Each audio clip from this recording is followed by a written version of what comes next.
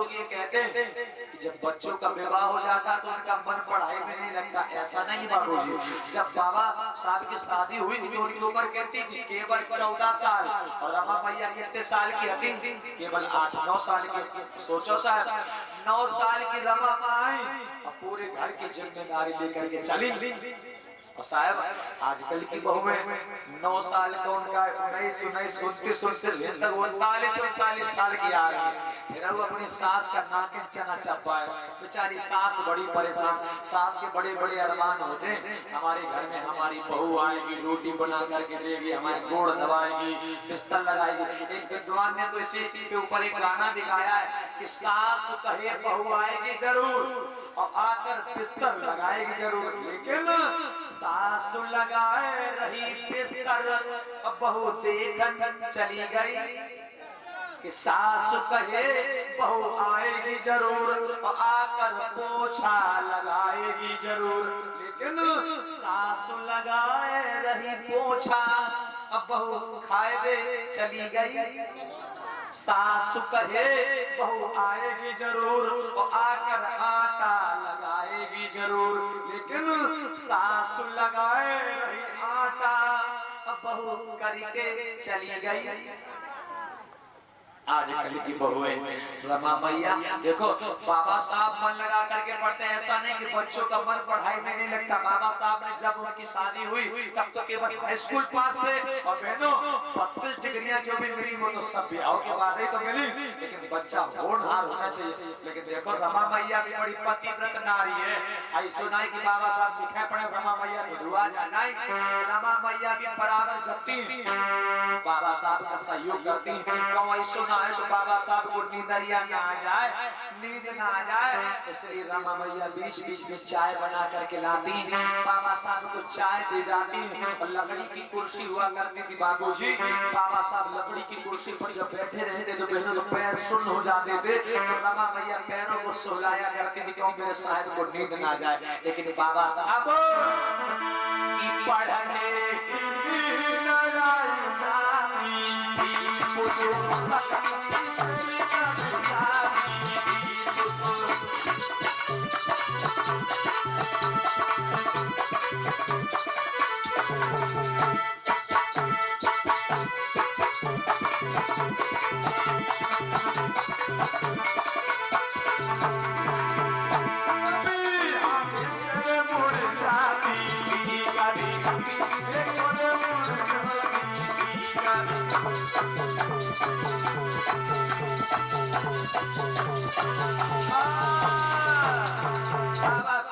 से पढ़ाई कर रहे हैं, और रमा माँ देखो चाय बनाए के लाए, बाबा साहब के गोड़े सहलाए, गोड़े दबाए, बाबा साहब चाय। क्यों?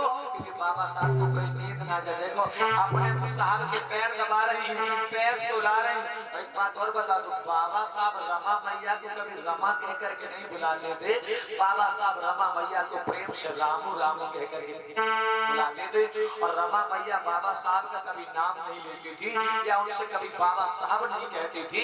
रमा मैया बाबा साहब को हमेशा साहब कह करके संबोधित किया करती थी, और बाबा साहब रमा को प्रेम से रामू रामू कह करके संबोधित किया करते थे। दादा आज रमा मैया चाय बना करके ला दी और बाबा साहब के गोड़े दबा दी।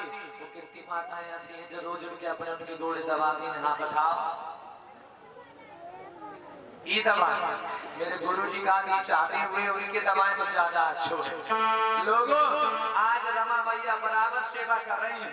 अभी तक तो सब अच्छा चलता रहा, लेकिन बाबूजी बाबा साहब के गाल पर काल का ऐसा तमाचा बैठा जो बाबा साहब की माँ तो 1896 में ही खत्म हो गई जब 5 साल के थे, लेकिन जो इनके पिताजी थे बहनों आज 2 फरवरी 1913 लगी है। लोगों क्या हुआ जानते हो?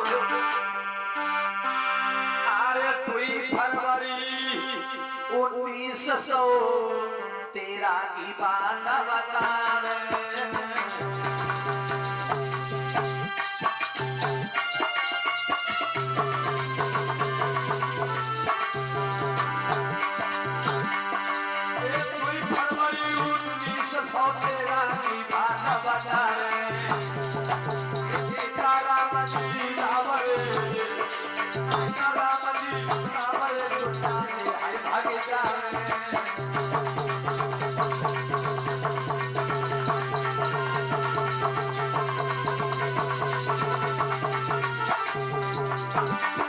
महाराज छोड़ के बाहर मर गई बात और बाहर मर गई मैया मर गई छोटो खबर को साथ भैया माते पिता के जीवन तो सोनो लाग गई यारो माते पिता के जीवन तो सोनो लाग गई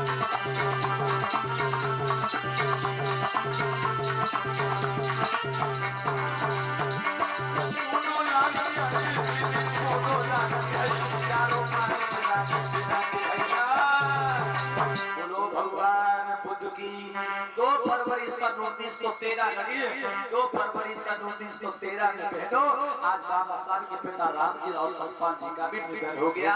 आज उनके पिताजी भी जब खत्म हो गए दादा भैया नहीं रही पिताजी नहीं रहे आज बाबा साहब आंगन में बैठे रो रहे रमा भैया कहने लगे पिया क्यों रो रहे हो नारो स्वामी मत रो बाबा साहब कहने लगे दुल्हनिया क्यों ना रो गोरी भैया को मैं बारी उम्र में छोड़ के चल बसी मेरे पिताजी का सारा था मेरे पिताजी भी नहीं रहे तुम कह रही नारो रमा भैया कहने लगे पिया रोने से पिताजी लौट थोड़ी आएंगे अगर रोने से पिताजी लौट आते जानते तो पिताजी नहीं रहे लेकिन रोने से पिताजी लौट करके नहीं आएंगे मत रो देखो लोगों ऐसी पत्नी होनी चाहिए जो अपने पिया के सुख दुख के साथ आज नारी अपने पति को धीरज बंधा रही मेरे नौजवानों नारी पति को धीर बंधावे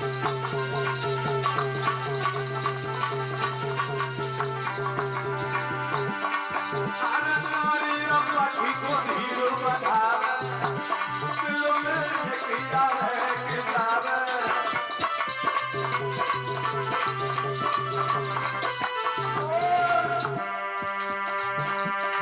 आगे की बात बतावे मिलना तुम्हें राय सुनावे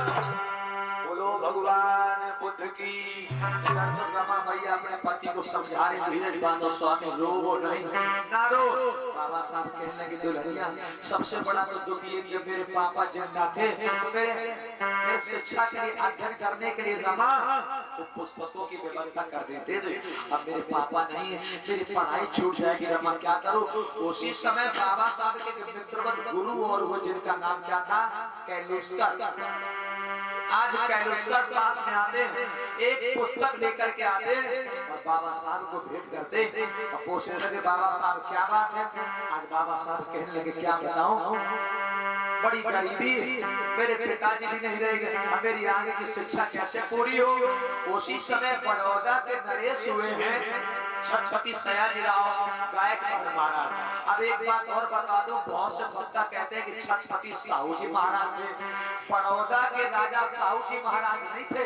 बड़ौदा के राजा कौन थे छत्रपति सयाजीराव गायकवाड़ महाराज साहू जी महाराज कहाँ के राजा थे जानते हो कोल्हापुर के नरेश थे साहू जी महाराज इसी जगह पर आप ध्यान दीजिएगा बहुत से भक्त ऐसे जिनकी फाइलें यूट्यूब पर मैंने देखी हैं वो लोग कहते हैं कि बड़ौदा के नरेश साहू जी महाराज तो ये साफ गलत है बड़ौदा के नरेश साहू जी महाराज नहीं बड़ौदा के नरेश छत्रपति सयाजीराव गायकवाड़ महाराज थे जिनका जन्म कुर्मी बिरादरी में हुआ छत्रपति साहू जी महाराज उनका भी जन्म कुर्मी बिरादरी में हुआ छत्रपति शिवाजी महाराज उनका भी जन्म कुर्मी बिरादरी में हुआ ये बात ध्यान देने वाली है बहनों उसी समय बड़ौदा नरेश अपने रियासत में बैठे और अपने मुनीम को बुलाया है जब मुनीम को बुलाया तो देखो लोगों झांकी में क्या हो गया पर्दा बंद करो मुनीम को बुलाया कहने मुनीम मेरी कुछ ऐसी इच्छा है कि जो अछूत मेधावी बच्चे उनके पढ़ने के लिए वजीफा स्कॉलरशिप इंतजाम किया जाए तो कैसा रहेगा मुनीम कहने लगा महाराज ये तो लोगों के लिए बहुत बड़ी मदद होगी बहुत बड़ी सहायता होगी एक काम करो मुनीम जाओ डुगडुगी पिटवाओ और डुगडुगी को पिटवा करके ऐलान करवाओ कि जो अछूत मेधावी होनहार बच्चे हैं महाराज उन्हें पढ़ने के लिए अपने रियासत से बड़ी पढ़ी कर विदेश पढ़ने भेजेंगे लोगों आज मुनीम चला है डुगडुगी पीटने कैसे भैया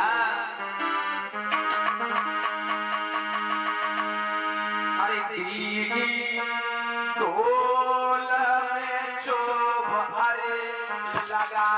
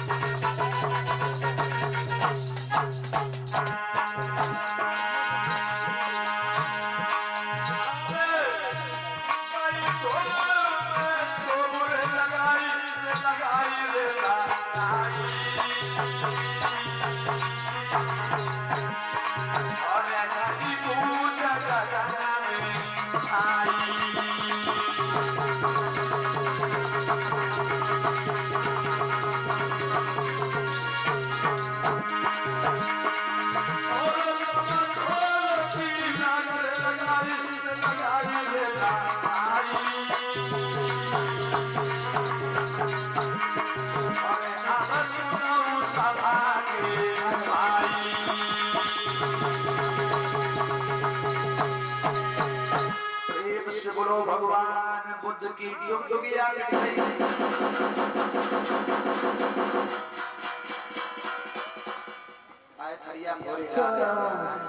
डुगडुगिया डुगडुगिया डुगडुगिया डुगडुगिया सदा सदा सदा सुनो सुनो सुनो दीदी तुम सुना, दादी तुम सुना, दादा तुम सुना, कैमरा वाले भैया तुम सुना, सभी ग्राम वासियों एवं क्षेत्र वासियों कान लगा के सुना। मेरे महाराज ने डुगडुगिया कटवाई है। जो दुखी मेधावी छात्र हो, पढ़ना चाहता हो, उसके पास पढ़ने के लिए पैसा ना हो, रुपया ना हो, तो वो हमारे महाराज के पास चलो आवे, गठरी पर रुपया ले जाएगा, लंगर पड़ी आवे।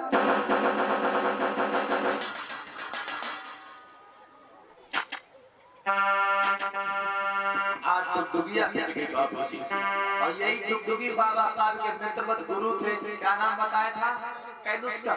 और जब कैलुस्कर ने सुनी नहीं आज चल रही, कैसे चले आगे झांकी में दौड़ करो, बाबा साहब को लेकर के चले कैलुस्कर बड़ौदा नरेश के पास बहनों कि बाबा साहब को लेकर के कैलुस्कर जब आगे बढ़े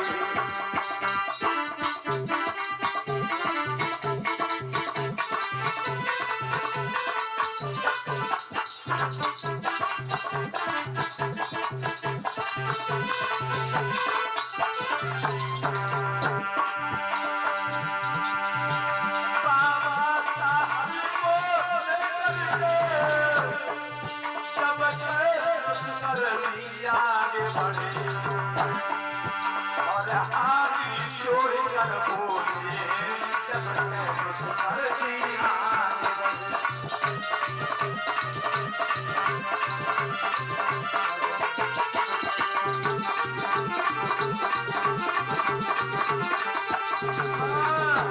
आज कैलुस्कर को लेकर के बाबा साहब जैसे पहुंचे, कैलुस्कर हाथ जोड़ करके कहने लगे महाराज, महाराज के चरणों में प्रणाम स्वीकार हो। कहो बेटा कैसे आया हुआ? अरे महाराज आपने कुछ डुगडुगिया पिटवाई है महाराज? हाँ वो तो है महाराज। हाँ वही डुगडुगिया सुन के मैं आपके पास बड़ी आशा उम्मीद के साथ आया हूँ, क्योंकि आपने बोला था डुगडुगिया में जो डुगडुगिया पिटवाई थी आपने कि जो दुखी मेधावी छात्र हो, पढ़ना चाहता हो, उसके पास पढ़ने के लिए पैसा ना हो, मैं उसको विदेश भेजूंगा। उसी बात को लेकर के मैं आपके पास आया हूँ। ये अम्बेडकर है, ये पढ़ने में बहुत ही होशियार है, इनके पास पढ़ने के लिए पैसा नहीं है, क्योंकि इनकी माँ भी नहीं है, इनके पिता भी नहीं है। बहुत ही आशा उम्मीद के साथ आया हूँ और ये पढ़ने में बहुत होशियार है। अच्छा से पूछ ले। चलो तो कोई बात नहीं, पढ़ने में होशियार है, इधर आओ।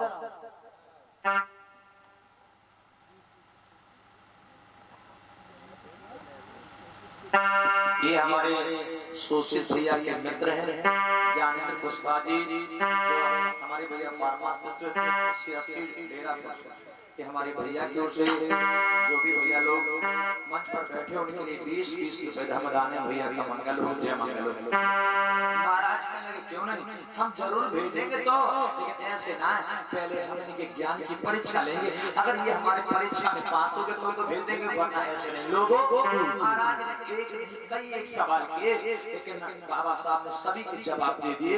जब जवाब दे दिए तो महाराज कहने लगे, क्या बोले?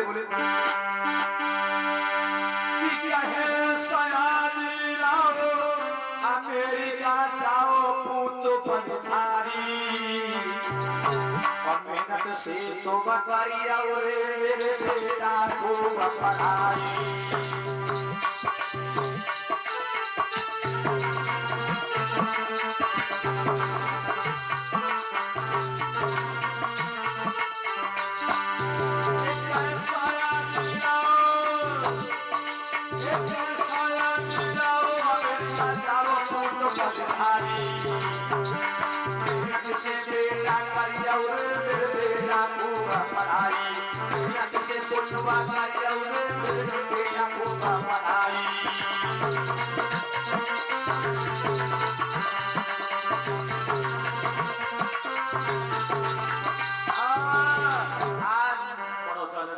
अम्बेडकर जाओ, हम तुम्हें 25 रुपया प्रतिमाह के हिसाब से वजीफा देंगे और 3 सालों के लिए वजीफा लागू किया गया।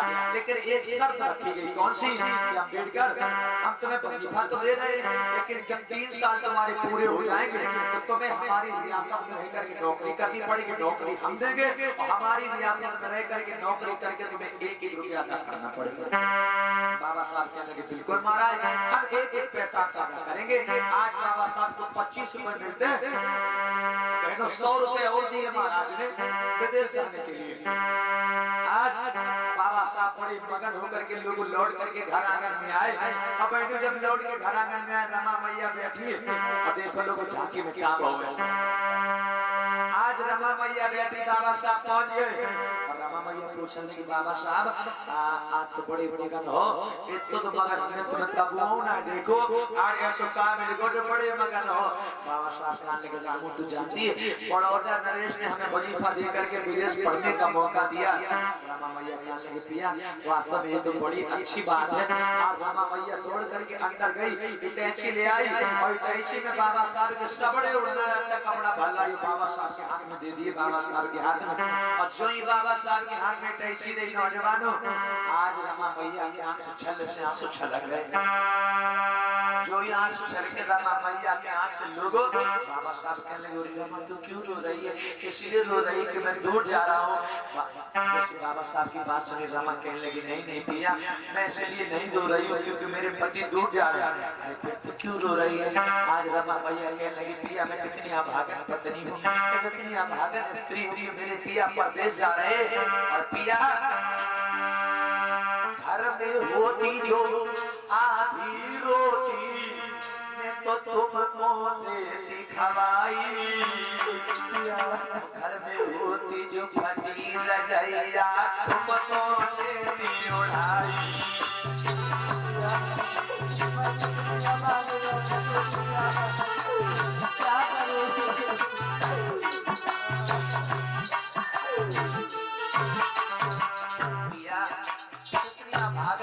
मेरे पति परदेश जा रहे हैं, लेकिन हमारे पास आदि खाना रोटी लोगों रोई रोई के रमा की बाबा से यूं बतलाई, रोई रोई रोई रोई रमा दुनिया इत सदना से भाई।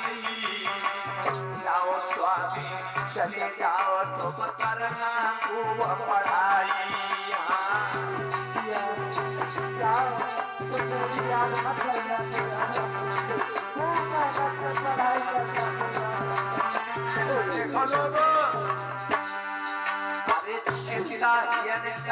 मत करियो घर हमारी चलाई,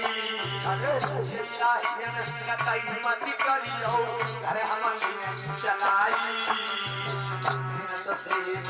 साहब पढ़ियो करियो पढ़ाई।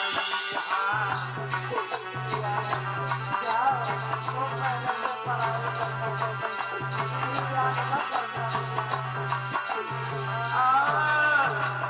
भैया कहने लगी पिया जाओ चले जाओ, यहाँ घर की फिक्र मत करना पिया, मैं तुम्हारे मान सम्मान का पूरा ख्याल रखूंगी पिया, तुम्हारे सम्मान पर आंच नहीं आने दूंगी, घर की चिंता मत करना, मैं घर को चला लूंगी चाहे कैसे भी।